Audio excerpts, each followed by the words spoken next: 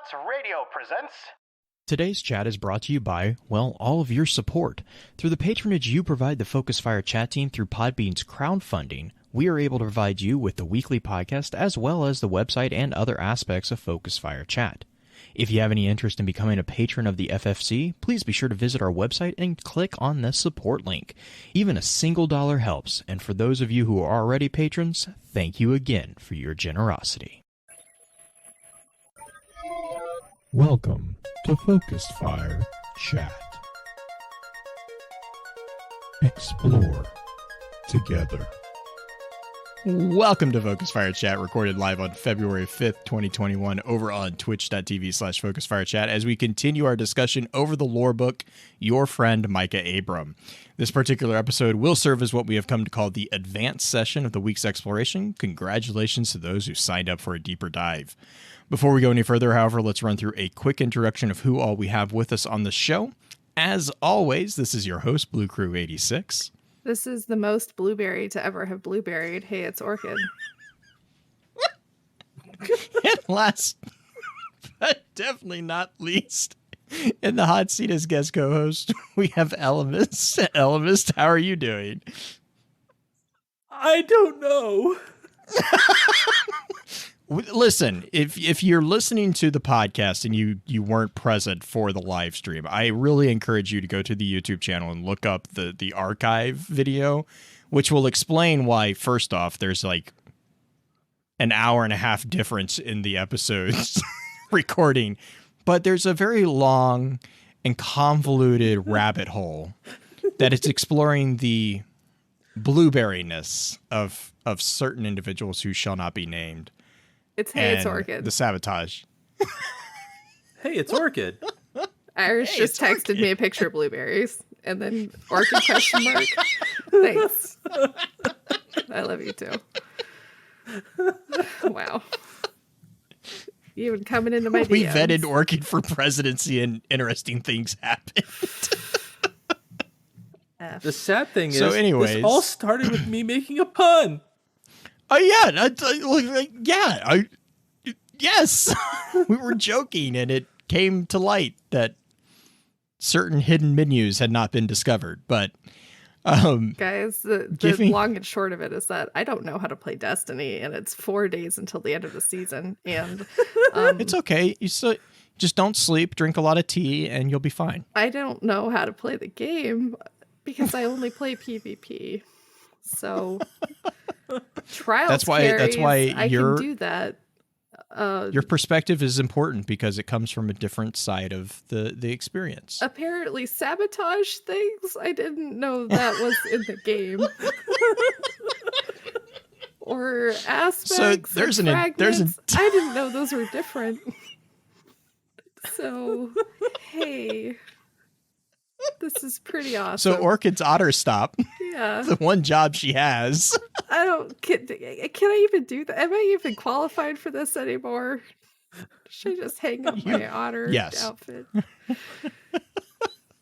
If you could be so kind as to visit us at thelorenetwork.com, where you can find us alongside many impressive lore content creators. We're apparently there. We've really gone downhill since Green left. Please let us know your thoughts on the weekly lore roundups, both for podcasts and for YouTube content. Also, please leave us a review over on iTunes. Please be kind.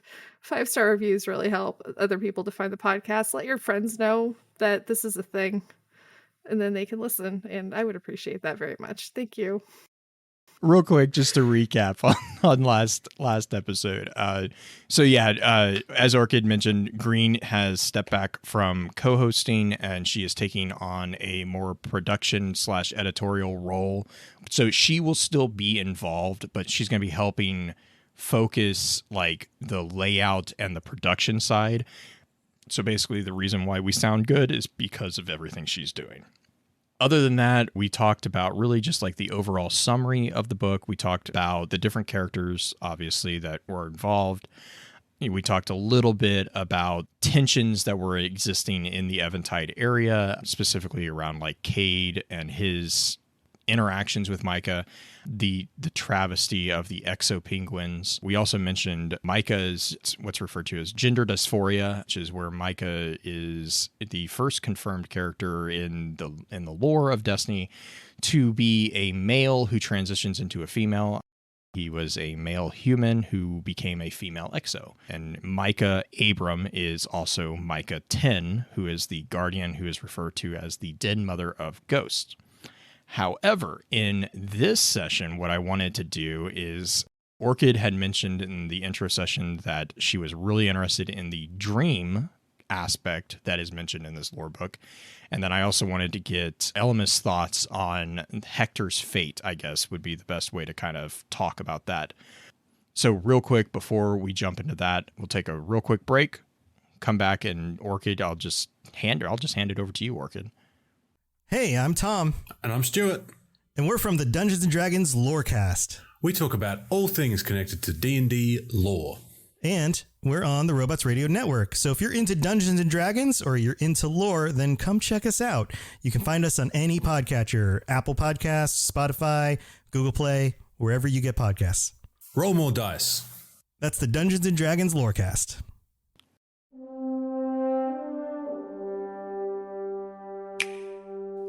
So, Orchid, dreams. Why are they important? So dreams are important in the Destiny universe because they've used this vehicle as a way to connect people to the Traveler, because dreams are unique in the way that that is how the Traveler kind of speaks to people.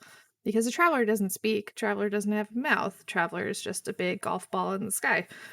So the only way the Traveler is able to convey any sort of information or emotion or anything is through dreams, really. And so the fact that Micah is having dreams kind of connected to the Traveler is special. They don't really have that, especially later when the Traveler goes dormant. There really aren't any dreams per se. Correct? Yeah, I think that would Is be that a correct accurate? way of saying that. Okay. Yeah. We've seen that every speaker's had dreams in a certain way or visions. They come at inopportune times. These are actually dreams themselves. So we don't know if it's a message. This one happens to be the same dream over and over again. So actually in letter 7, it actually describes the dream really well. I still haven't figured out the message, and I've been having it every single night. It always starts the same. I'm an exo, standing in the middle of a frozen lake under a black sky and a white moon. For some reason, I start jumping up and down over and over. Each time, I go a little higher and land a little harder. Sometimes I worry the ice might break, but then I hear a whisper, saying I'll be okay even if it does. I won't let you die before the interesting part. As I jump, the whisper goes higher, higher. Or maybe it says closer, closer. Maybe it's both. Last night I went so high I almost left the atmosphere. From there I could see the moon was you, hovering above Io. I reached up to break away from gravity, and I fly to you. And then Micah wakes up because he's woken up by his father's having an argument. We actually find out in the very last entry, I believe, the whisper, that the dreams have actually stopped at the very end because his dad that's been working with Clovis Bray has been missing more and more of his life. But now I haven't seen him for a whole week and my stomach won't stop hurting. What has stopped is the dream. So now that he's been having the dream, now the dream's gone, this jumping dream that he's been having. So that's significant in the fact that the dream has now ceased. So has the dream been solved? We don't know. 2 nights ago, I finally broke away from Europa's gravity. As I floated to you, the whisper followed, "Are you sure you know what you think you know?" I woke up before I got close to you, and last night I didn't dream at all, which must mean I figured out the message. But all I have are these words stuck in my head. Are you sure you know what you think you know? So having dreams like this, we have different characters that have dreams. Like we've had the speakers, we've now had Micah, and Crow have had the Hawk Moon dreams. Like, we've actually had weird kind of light dreams in a way, or visions. And I mean, even Ikora has had traveler visions. So, I mean, different characters have had different kind of visions or light visions or dreams in a certain ways. It's unique also in the fact that Micah 10, that we know later on, is the dead mother of ghosts, with ghosts and dreams. Is it speaker material? We don't know. Yes. That's why the dream, to me, is significant. You're getting closer and closer, higher and higher. You get this information. Do you know what you think you know? And then nothing. Though I do also like the comment that we get from Hector about dreams are messages from deep inside your mind. Until you figure out the message, the dream will repeat. Where he was talking to Micah about like the dreams repeating and stuff like that. It's also interesting because Hector is that psychologist. He's very much in tune with studies about dream analysis and stuff like that. And that's actually where we get, I mentioned this in the intro session, but that's actually where we get the connection between Micah Abram and Micah 10 within Legacy's Oath Grieves, because this kind of is the fuel that Micah 10 has that is pushing her to find the Deepstone Crypt. I don't think it's ever a dream in the Grieves, but she has like this drive to find the crypt, and it's one of these things that like she's just constantly getting pushed towards. But I do find, and I know chat's talking about it right now, the connection potentially with the Red War Dream cutscene that our Guardian experienced was also an interesting kind of connection there too. Yeah, because in the Legacy's Oath Grieves, she is talking about the dream of the golden field beneath the Black Tower. When she actually makes it to the tower, it's supposedly from the inference here, it's Hector that's sitting on the armchair that says, dreams are messages from deep inside your mind. Until you figure out the message, the dream will repeat. And then she wakes up and feels something tugging her towards space. So that was the connection there. But, and Orchid, I don't know, do you think that Micah was actually a speaker? Or do you think that this is a kid who's in a really tough spot having dreams about something else?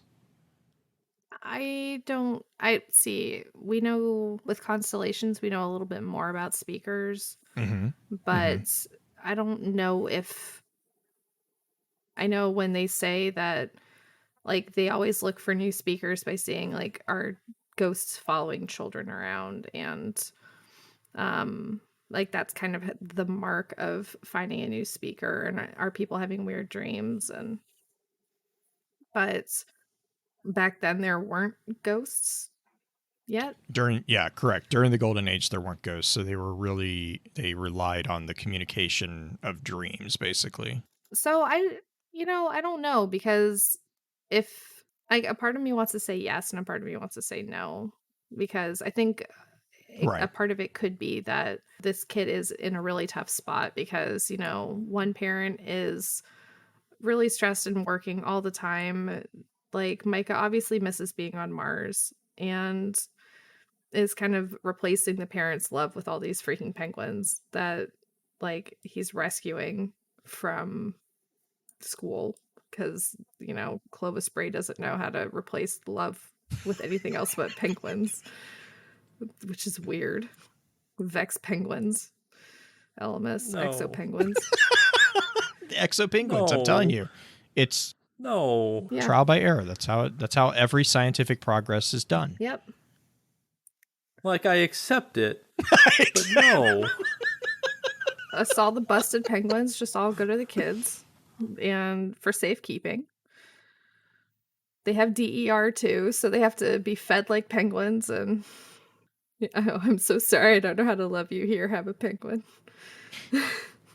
Yeah, except the penguins are from Clovis, not the parrots. Like, to be fair. Well, like, I mean, Clovis doesn't know how to love people either, so here, have a oh, penguin. no, 100%. Yeah. Yes, You are 100%. Yeah. That is a great, accurate statement. But Clovis doesn't know how to love anybody but himself. No. even then, I'd argue I don't know if he even knows how to do that. Like, Right. Veru has a good point, too, is given the proximity to the darkness and Europa, could it be the dreams of the speakers are maybe from the darkness and not the traveler? I mean, it could be. I can see that argument there, right? Because they're both paracausal entity. Why does it have to be one or the other? Why couldn't it be both? You know, Yeah. I mean, the traveler is as far as we understand it, a paracausal entity. Clarity is a paracausal entity. It could be the situation where they are communicating. It's a competition of communication, I guess.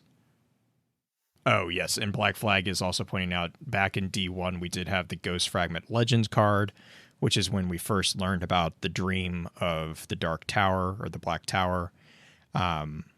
It's possible that this is a card that is from Micah's perspective. That being said, I will also put in the counter argument that Saint 14 references this dream. And I think Cade I know there's another exo that references this dream. I can't remember if it was Cade or if it was an unnamed exo. But there's been a couple different exos that have mentioned the dream. But yes, Micah and Saint are the ones that come to mind immediately. Saint has the vision of a woman saying something about how they're not like their father, and then Micah has the dream with the two men who step out. One meets her in the field, and then the other is sitting inside the tower. Mm-hmm. It's another dream that's very important in the Destiny story. Right. Is the dream of the golden field, or the black plain of golden millet. Mm-hmm. And you said that there were two men in that dream, right? Yes, in Micah's dream, there's the one where that is referred to on Legacy's Oath Greaves. She's dreamt of it thousands of times, fought thousands of battles on the golden field beneath the Black Tower, and every 50th instance, in the midst of the chaos, an older man puts a paternal hand on her shoulder and says, "You just need to get acclimated. It's colder here than on Mars." Every 100th time, she makes it to the tower and finds a different man sitting in an armchair writing on a notepad. "Dreams are messages from deep inside your mind," he reminds her. "Until you figure out the message, the dream will repeat." And then it goes on. Every single time, no matter whom she sees or what she hears, Micah 10 wakes up feeling something in her tug towards space. I'm wondering if the two men are both her fathers. Yeah, I think that's kind of how I was. Yeah. I think the first one is it Papa? Is the quantum. Papa is the quantum engineer, is the one that meets her out in the field, because Papa was the one that got her and Hector to come to Europa, and he's the one that had the beard that made the comment about Hector will grow one when he figures out how warm it will be. And then Hector is the reason I think it's Hector inside the tower is because he's sitting in an armchair writing on a notepad talking about dreams. Like, it's like that's a very stereotypical psychologist, psychoanalyst. Yeah.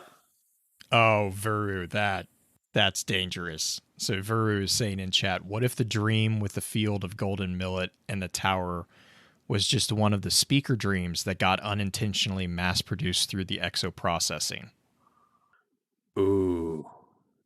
That goes into the debate of like how the memory banks are created for the exos and if there's any potential for bleed through, which I mean, from a data standpoint, there's always that potential.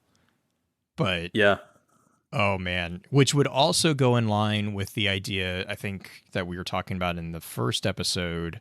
But that would go back to the idea of Clovis's hallucination of Maya being another thing that gets fit into it, which would explain Cade's fascination with Maya. And then Veru just made a point. So Clovis is raising a personal army of speakers, whether it's willingly or unwillingly. These consequences of dispersing this mental profile, I guess, would be the best way of saying it. Oh, geez. Yeah, that's... Let's say you digitize a human brain. Is that the same as digitizing a human mind? Like, there's this endless debate of, is the mind just the brain, or is it the context of, like, the entirety of the human person? Given how the digitization process of the exo... Oh, gosh, man. That's a rabbit hole that my head is going to go down now. Thank you, Veru, for putting me down another rabbit hole. That's well, and actually talking about weird braid tech things, I think I'll use that as kind of a jumping point, kind of go into this idea of like Hector as an exo. And the reason why I wanted to bring this up is we mentioned Hector is the one who basically reports Clovis Bray, or he's one of the ones. But we actually have a copy of the report from Hector, the last flight home, which I need to go back, and I want to go back and try to figure out. There's a lot of redacted parts of it, and I'm curious if I can figure out which redacted thing is talking about. He finally has enough, basically, of all this nonsense that Clovis is doing. And it comes to a head with test unit C21, which is where he hears about and then walks in on Clovis testing stasis out on an exo, but he's like puppet mastering the exo in this like really weird thing. And that kind of seems to be the final straw that pushes Hector to the point where either he tries to run or he at least sends a report. And then the next thing that we hear from Hector is as Hector 6, which is an exo. I'm like, well, that's convenient, because one of the things that exos do is they don't really remember their past. Like, so I was wondering, Ellimist, if you had any thoughts on like, is that like Clovis covering up a whistleblower, or is that like what is? Absolutely. Just add it to the entire pile of human rights violations. It's so sus. It's like, it's one of those things where it's like, in the scope of everything else that Clovis has done, that we know he has done, this is like the least worst of his crimes. I was like, this is nothing. Yeah, no, like this, like there's no question about it. I mean, this is Clovis just taking matters into his own hands. I mean, so like, I guess, so because as far as I remember from this book, Hector is still human at the end, right? Like like Micah is, I think at the very end, Micah's last thing is basically he's going to sneak off because was it I can't remember which one of his parents was basically, it was like, we had enough. Was it Hector? I believe it was Hector. Yeah, because that was the whole dream of, are you sure you know what you think you know? And like, that's why I was asking Orchid. That's why I was asking, do you think it's a communication from the Traveler or Clarity or whoever? Or do you think he's like internalizing a lot of this nonsense that he's hearing between his two parents fighting?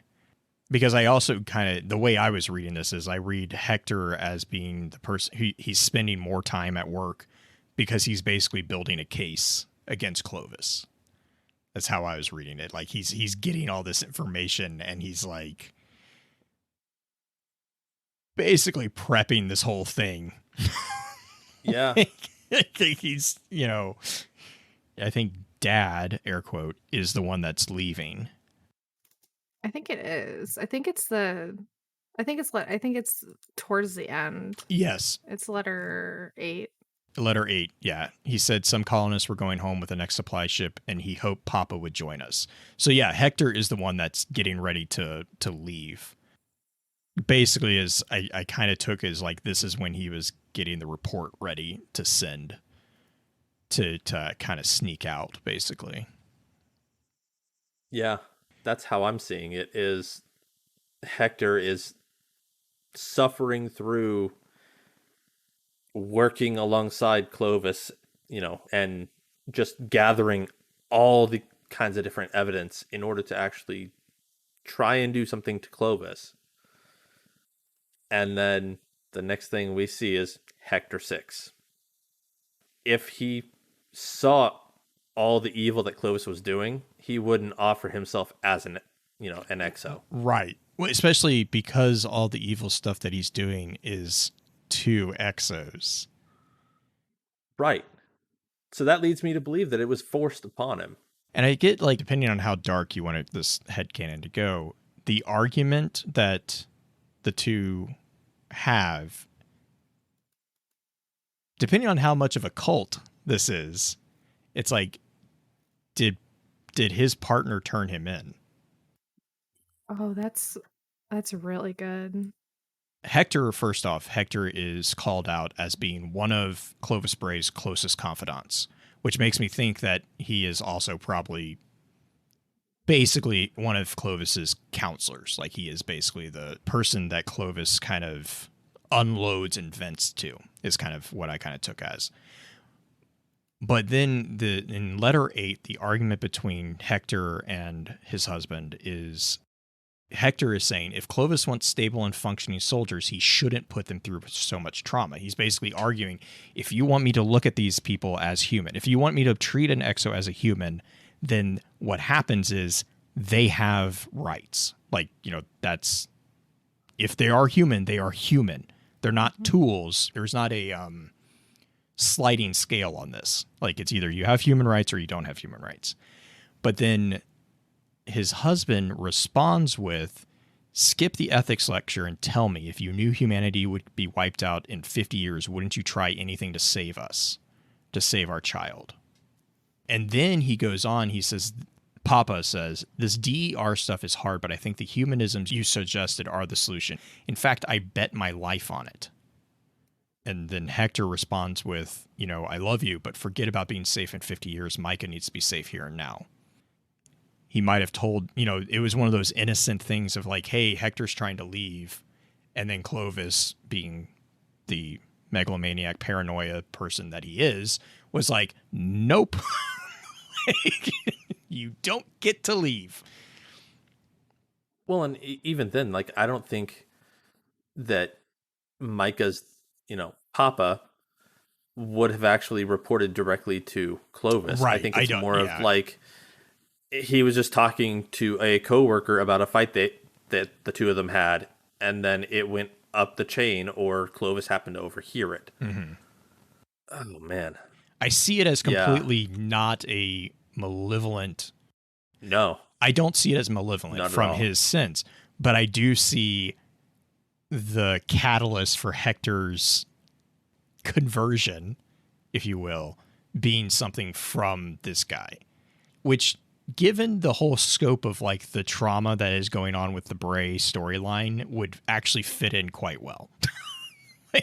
It would fit in with the overarching theme very well. If you don't know what I'm talking about, go read The Dark Future. Anna and Elsie have a bit of trauma that they need to work. They need to work through some. They need to let go of some things. Just a little bit. Just a little bit. There is no Olaf in that story. Or, well, maybe there is. Maybe Zavala is Olaf. No, it's Cade. No, because Cade's not there. Olaf, he's got the stick. Because he's got a cane. Oh. Oh, Red is Olaf. Okay, that's fair. Do you want to build a war mind? That's an acceptable thing. Do you want to build a war mind? There you go. Every single time you say Olaf, I immediately think of the snowman from Frozen. Every single time. It does not matter. That's who I was. Yeah. Yeah. Olaf. Because it's Anna and Elsie. That was the point. Anna and Elsie, they need to build a war mind. Mm-hmm. Irish says it doesn't have to be a war mind. It doesn't have to be a war mind. Do you want to bury some bodies? Do you want? Yeah, I do, actually.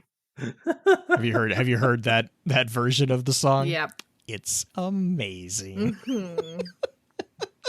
I was curious to hear your guys' thoughts on Hector it's one of those things that's been bugging me. It's like, man. okay, so Hector is here, and then Hector, like he has the issue within Icefall Mantle, which is basically him walking in on C-21. The stasis experience. As far as I can tell, basically the next thing is Last Flight Home, which is the report. Now, to be fair, it's on the ship, but we never get confirmation that Hector was ever on a ship. Like, so we don't know that Hector actually ever got off the planet. And the reason why I emphasize that is because the next thing that we hear from Hector is in Legacy's Lament when we get Hector 6.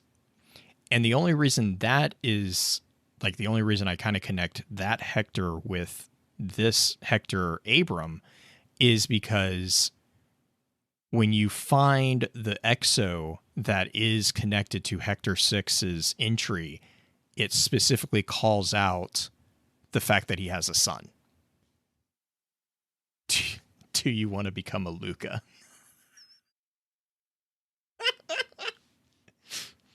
And referring to the actual ship, like, we don't even know if that letter actually made its way Correct. off world. Which I'm really sad, but yeah, we don't know. Like, for all we know, Hector could have done something stupid and wrote it on a company laptop. Oh, God. That's and or not even written it on electronics. Like, it could have been a physical document, because it doesn't have a header on it. Especially relating it back to Micah's dream. Mm-hmm. Like, he's actually writing on a tablet. He's actually right. Like, that's what he's. Oh, I didn't even connect. Yeah. So, like, this could have That been would be an actual, even more like, traumatic. Like, Micah was present when they took him. Oh. See, this is the rabbit hole of how dark of a theory do we want to go into this thing? Like, how traumatic. Oh. We just turned a happy little book into, like, I mean, to be fair, it's not super happy. let's be fair no, there, but like, it's happier than I thought. this is there's potential for this book to lead into something very dark. Like, it was happier than I. Oh, I like that the high point of these two episodes is the concept of exopenguins.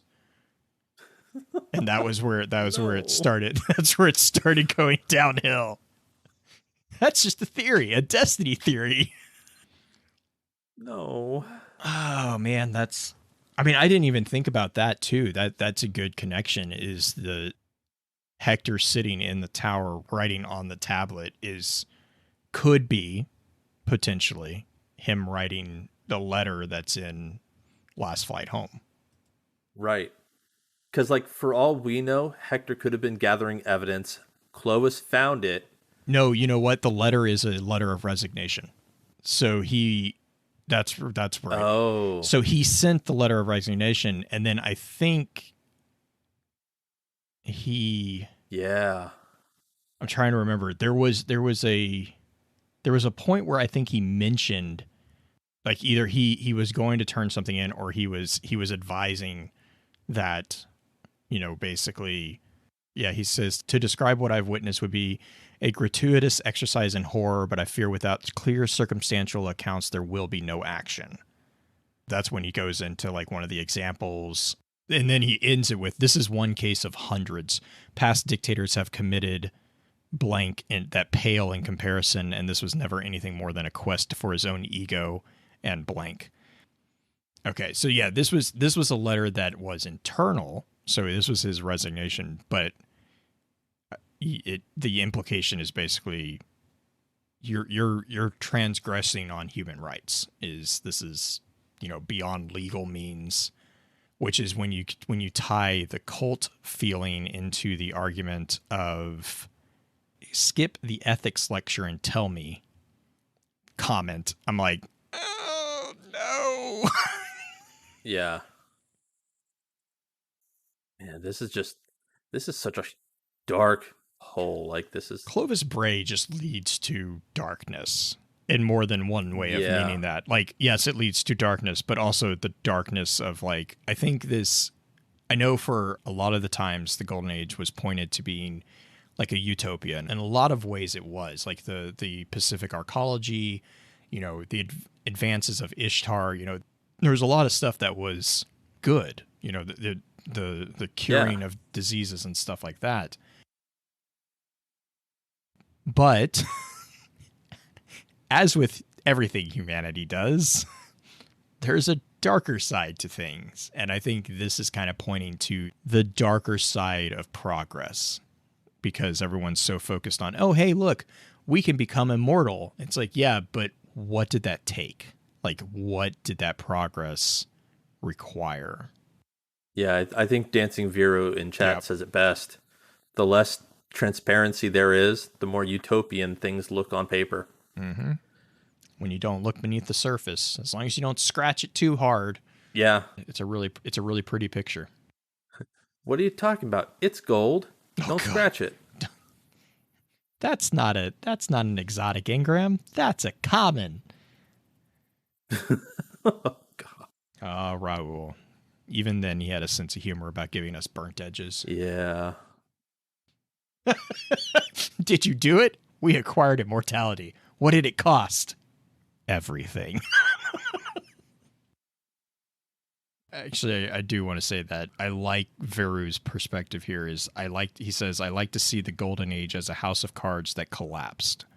Like playing off the concept of collapse, but also I think that is a really good way of seeing the progress that the Golden Age represented. It was a palace that was very fragile because it was a gift that was given, and as with a lot of things, if you misuse it, it breaks itself. It was one of those things. And I think that when you start, like you were saying, when you start scratching the surface, like even here in this book, you start seeing things that are much darker than you initially thought, I think would be the easiest way. But I don't know. That's just my initial thoughts. No, like that's a fair thing to say, because I mean, I initially read the book and I was like, oh, okay, yeah, the worst thing that happens is they fight. The two dads fight. Analyzing it the way we have, I'm going to need some antidepressants. Yay, cults!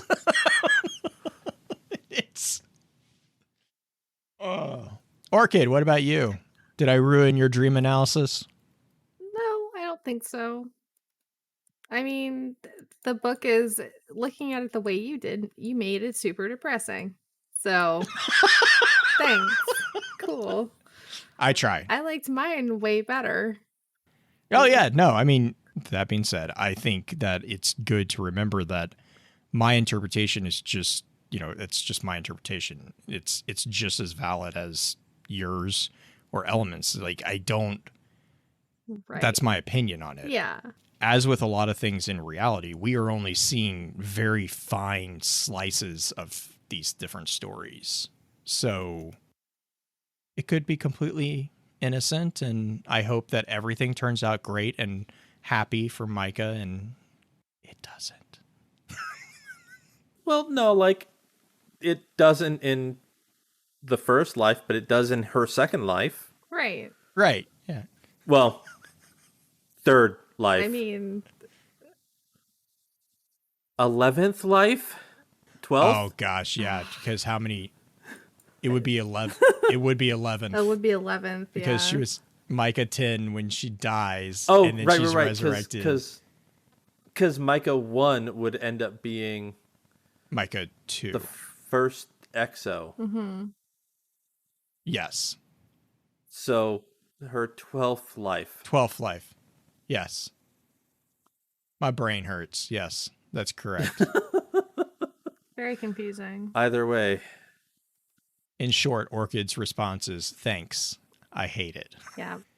I think she's still mad at us about the sabotaging. It comes across as an innocent book, but going by what the theme of the entire season is, which is, oh my God, Bungie, are you okay?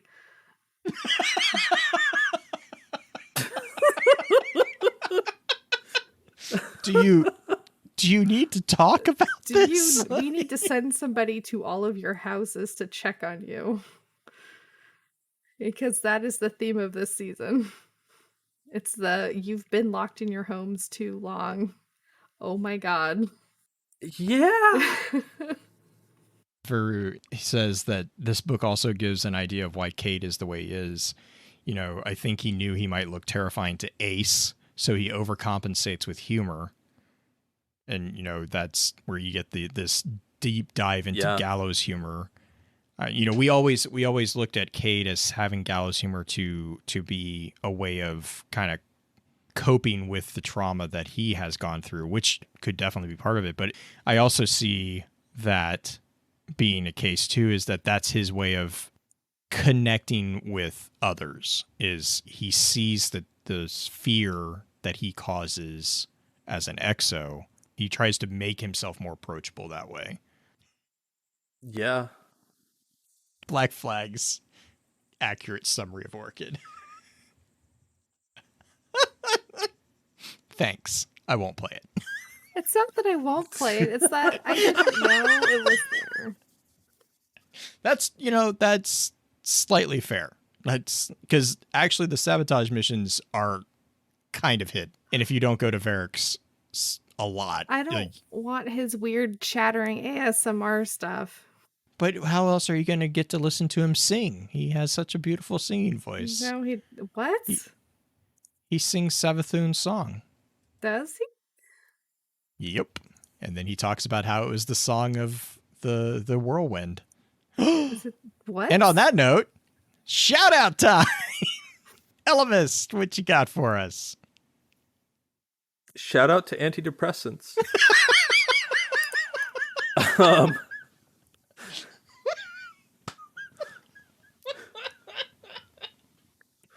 You're welcome. Right. Ellimist did not know he was getting into a conversation about exofied penguins or childhood trauma. That was one of the worst of it. That was some of the worst of it. Like, what? I'm just glad. No. I'm just glad that someone was as broken as Green was when we presented this theory to her. Like, I understand it. I'm behind it. But no!